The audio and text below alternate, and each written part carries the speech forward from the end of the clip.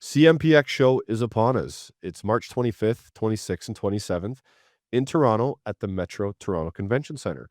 I mean, the trade changes so quickly. We're going to see all the modernizations in equipment and tools and methods. We have the social hub, activations all 3 days of tool demos and compressor teardowns. And there's going to be a full-on A-Team van, which is going to be pretty cool, guys. So if you use code KNOWITALL, that's KNOWITALL, when you go to the CMPX website and register, you get a free pass for all 3 days. Come check us out. What's up, guys? Welcome back to the podcast. Now, I put out a podcast not too long ago about changing capacitors on a regular basis rather than waiting for them to fail. And I bring that up in this conversation with John as we talk about our spring maintenance, as we have this conversation. And John and I kind of go deeper on the subject. I explain why, and he kind of agrees after we have the chat that, yeah, maybe it could be part of a maintenance schedule to change a capacitor every 3 years or 5 years, whatever it may be on a schedule, depending on where you live and how hot it is and how often they fail. So that is going to be part of this conversation here. This is the HVAC Know-It-All podcast, and I'm your host, Gary McCreadie. This podcast is sponsored by Cool Air Products, Cintas, and SupplyHouse.com.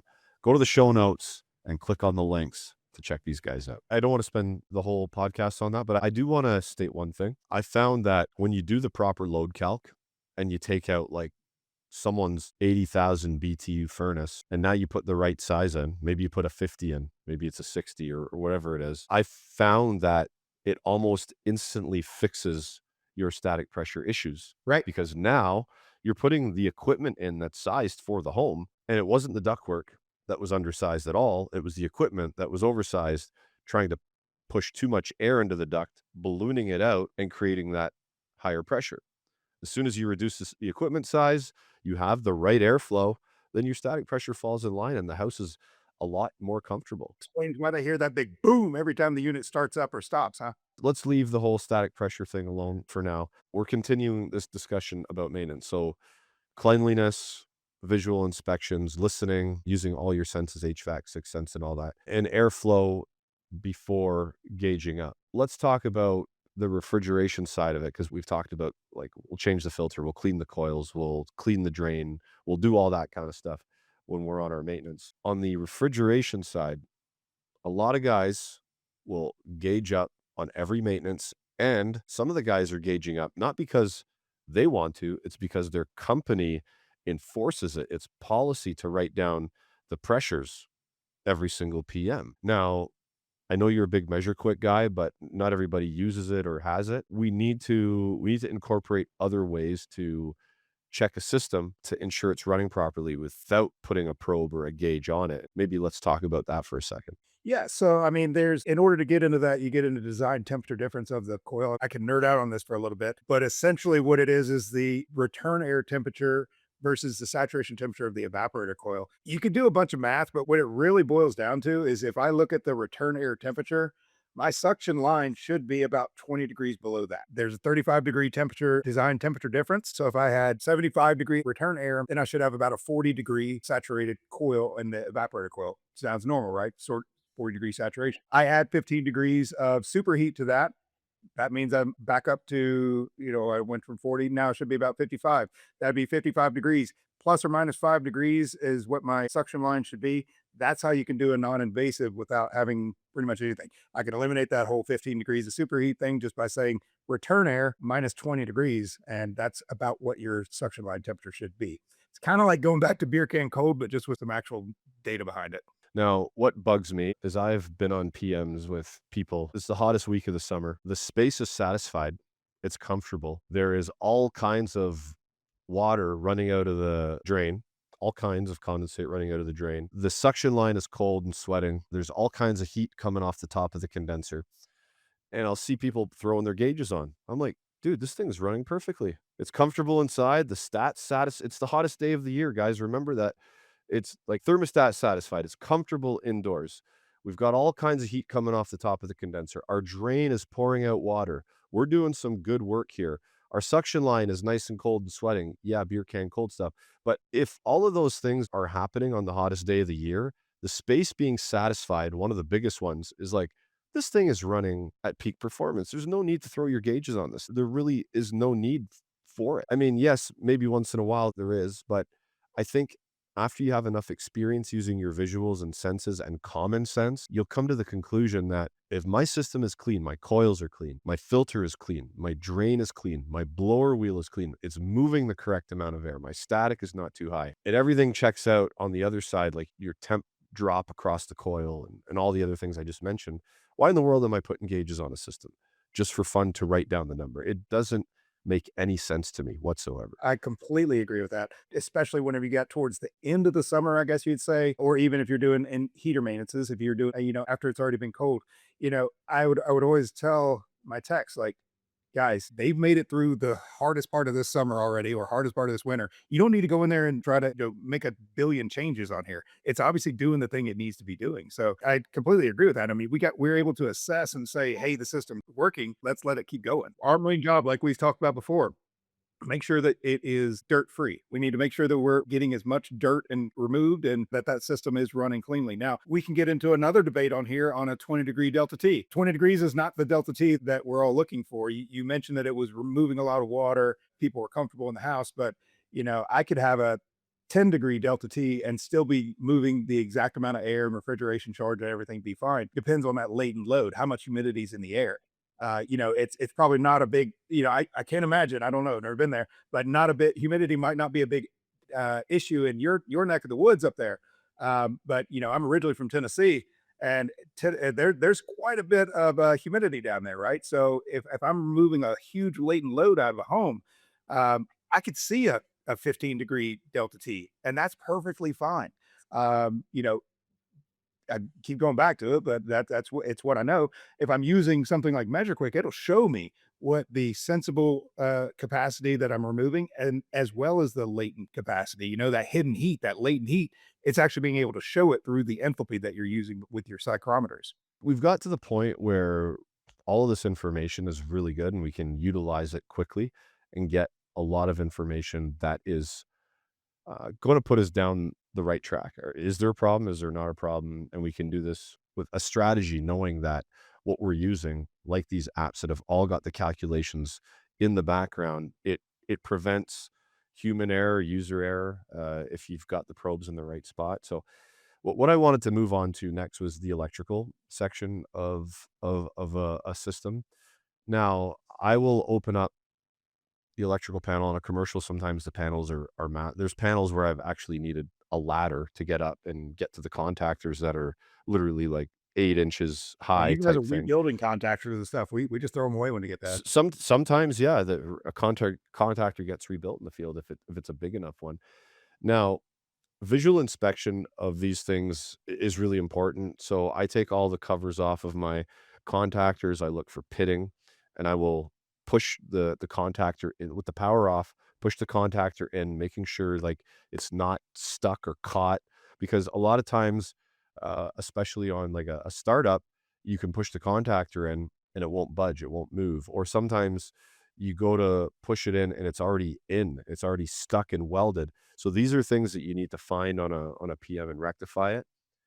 The other thing that I'm a big proponent of is checking for dust and carbon in a commercial setting. Even in residential, I've seen this too, where the dust and carbon that's resting on the top of the line side of the contactor, any type of moisture in the air will embed inside of that dust or carbon, and it will track back to the panel, to ground, and it will blow a fuse and or pop a breaker. And when the Especially person in high shows up humid on a dry areas. day, yeah, and then when the person shows up on the dry day, they change the fuse or reset the breaker, everything runs, and then the next time it rains or snows, it goes pop again, and are like, "What's going on here?" Look at the top of those contactors and see if there's you can pick up a track back to ground, because let's face it, let's say even light commercial, residential, contactor's cheap. It protects the compressor from failing prematurely if we're finding contactors that are pitted and have these issues, and we get them replaced, because a $20 contactor can take out a 4 or $5,000 compressor just like that. It's amazing, but you got to look for this kind of stuff, right? It can cause all kinds of other issues too. I mean, a couple things I always make sure that the technicians are aware of whenever they're going out, that pertains to contactors. I don't know if it's as big a deal in the commercial world, but these 24-volt coils that they have on contactors are just made like crap nowadays. They used to never have a problem. You never had issues. We're finding shorts all the time. Internal shorts. The fuse is blown inside, and we're searching for a short all around. Come to find out, it's the coil outside on the contactor. Um, so I have them start to actually ohm out these contactors whenever they're the contactor coil whenever they're on a regular maintenance, and they should be looking for that 12 to 18 ohms on that contactor coil. If they don't have that, then it's probably going to fail if it hasn't already, and it's going to cause that short. You're going to be there for hours looking for it.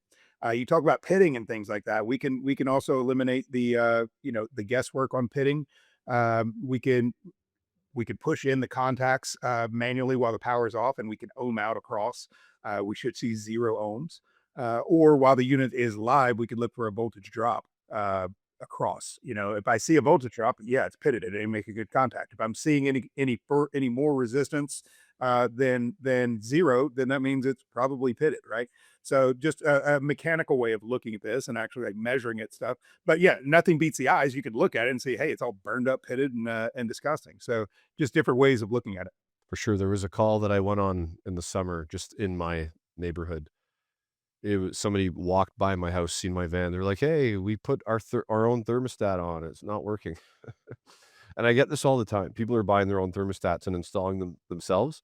And I've gone to about 5 to 6 calls in my own neighborhood for this exact reason over the last year. And most of the time they've wired it wrong. So I'm thinking, "Hey, they probably wired this wrong." But the guy actually wired it right. But what was because they were having issues with the previous thermostat. He's like, "Oh, I'll just change it." Same issues, cooling not working. And what I saw in front of me, I think they bought an Ecobee. I think it was. So when it would go to cool, you'd see it go to cool, and then about 5 to 10 seconds later, it would shut off and turn back on the thermostat. So what it ended up being is what you were describing. It was a short in the contactor coil. So it would try to pull in, it would buzz, and I guess it would overamp. The thermostat somehow protected itself, shut down, stopped the call from happening, and then it would come back on. It would just keep going through the same cycle over and over and over again. Right. And then I had a Sure switch in my van, the Emerson, or not Emerson, the Copeland Sure switch. So I had one of those in my van. And all I did was take the coil wires off of the contactor, put them into the Sure switch, just the coil wires, nothing else. And I went through the same thing, the same. The thermostat didn't go blank. It didn't reset. It just stayed on cooling. I'm like, okay. So the coil and this thing is bad. Took it out, ohmed it out, and it was like 1 or 2 ohms. So Ju you got I don't know what it is with these newer thermostats. Maybe they have a way to protect themselves I haven't heard of that part yet, but no, that's awesome. instead of going through like an instant death from a short in a unit. But yeah, that's what it was. So you're right. Check these contactor coils for shorts. The other thing that I'm gonna say here, and I did a podcast on it a few months ago, just me solo, just kind of talking about it, is in certain applications, certain times, I think it's warranted to just change a capacitor just because it's been in service for so long. Because I've been beat up on this before where I'll go to a Wait, call capacitor or contactor? capacitor Okay. or even both. But here's my justification on that. So I'll go to a call, I'll get it going, everything's fine, whatever, and I check the capacitor, it's good. And then like 3 months later, I'm back because the capacitor's failed. You know what I mean? Now I'm under, especially in residential, now I'm under the mindset as if you're going on a call, the capacitor is 5, 6 years old. You know what I mean? What's the harm in replacing it and avoiding a potential issue that same summer or the summer after, or even 2 years down the line? And now you're good for another bunch of years because it could look bad on you that you were there even though you checked the capacitor while you were there and it resorts back to a call 3 months later, like it happened to me, And the guy was my friend, so he wasn't like he was just bugging me. He was just like, bullshit with me. "Ah, you didn't check that one." I said, "Yeah, I did, You're and supposed to know it it's all, failed." man. Yeah. So, I'm under the mindset that you could probably change these things on a schedule depending on where you live. If you have a pattern, okay, I live in a hot, hot place. Every 3 years, I'm changing the capacitor on these units. Why not put it into a schedule to change it every 2.5 years on a PM and avoid the service call? I'm under that impression now. I think that works great in the commercial world. It would all, but capacitors are one of those things that in the residential world, that's where you s- there's a lot of profitability in capacitors. We're going to just say that a lot of the companies, when you look at it, that's what they're when you sell one, it's marked up to compensate for all the other time wasting that we have throughout other times. It all balances out. But giving those things away free, I don't know if that's just what you're talking about as far as the maintenance every few years, is No, no, yeah. not for Oh, okay, free, yeah. not for free at all. Yeah, And no, and so, yeah, I and mean, and I've noticed it. it would I've I think if you could work into like a, contract, if you to differentiate yourself from some of the other contractors out there, that said, like, part of our regular maintenance is every 3 years, we're gonna go ahead and change out your capacitor, right? And it's just built the price is built in, spread out across that point in time, across those 3 years or whatnot, can build some loyalty to the contract as well. Maybe it's, hey, I'm going to stick with these guys for at least 3 years because, I'm going to get another capacitor out of the deal. I don't know. Yeah, that's an interesting point to kind of schedule these as a time thing, right? I honestly don't see this pattern in commercial because Okay. most of the commercial equipment I work on, the compressors are three-phase. Yeah. Yeah. They're not single phase, Right. and it's usually just the fans, maybe the condenser fan will take a capacitor on some of these three-phase units.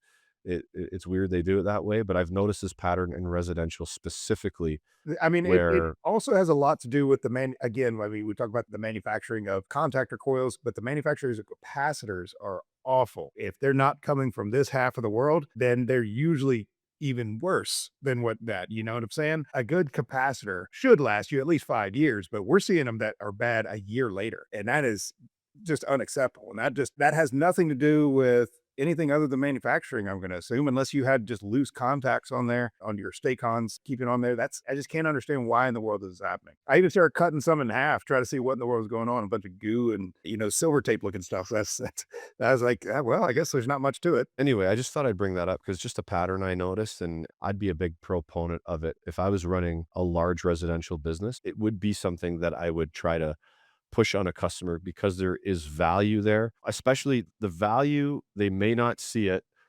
until you go there. This happens all the time. Remember my story about the motor dying and then changing it into Blizzard? Yep. So now that customer, when I recommend something, he'll be like, "We should probably do it," right? Sometimes it takes that to happen, and sometimes it takes, "Okay, it's May, I'm at the unit.